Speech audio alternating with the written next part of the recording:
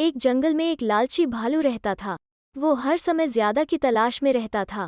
थोड़े से वो कभी संतुष्ट नहीं होता है। एक दोपहर जब वो सोकर उठा तो उसे जोरों की भूख लगाई। वो भोजन की तलाश में निकल पड़ा।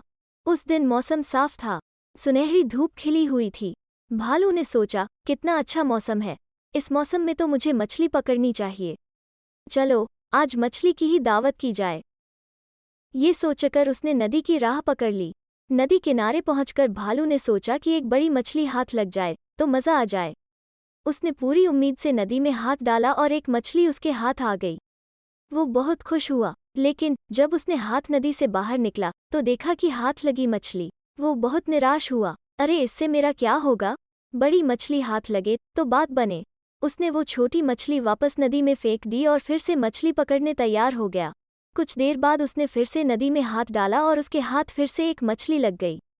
लेकिन वो मछली भी छोटी थी। वो बार बार नदी में हाथ डालकर मछली पकड़ता और हर बार उसके हाथ छोटी मछली लगती।